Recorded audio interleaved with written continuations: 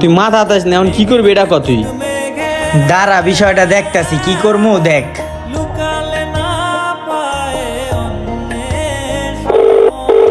Hello মিম, হ্যাঁ বলো। তোমার কি বিয়ে ঠিক হইছে? হ্যাঁ আমার বিয়ে ঠিক হয়েছে। দেখো, তোমার সাথে যার বিয়ে ঠিক হইছে ওই আমার ভাই লাগে, বুঝছো? আমার বন্ধু নামক ভাই। এখন আমি কি করব? দেখো, তোমার সাথে আমার আর রিলেশনটা রাখা সম্ভব না। কেন, আমি কিছু করছি? দেখো, তুমি কিছু করো নাই, কিন্তু যার সাথে তোমার বিয়ে ঠিক হইছে সে আমার বন্ধু নামক ভাই লাগে। আমি চাই না একটা মেয়ের জন্য আমার ছোটবেলার বন্ধুর সাথে আমার সম্পর্ক নষ্ট হোক। তোমার সাথে আমার ব্রেকআপ। কি বলো, এতদিনের সম্পর্ক তুমি আমাদের 1 মিনিটে নষ্ট করে দিবা?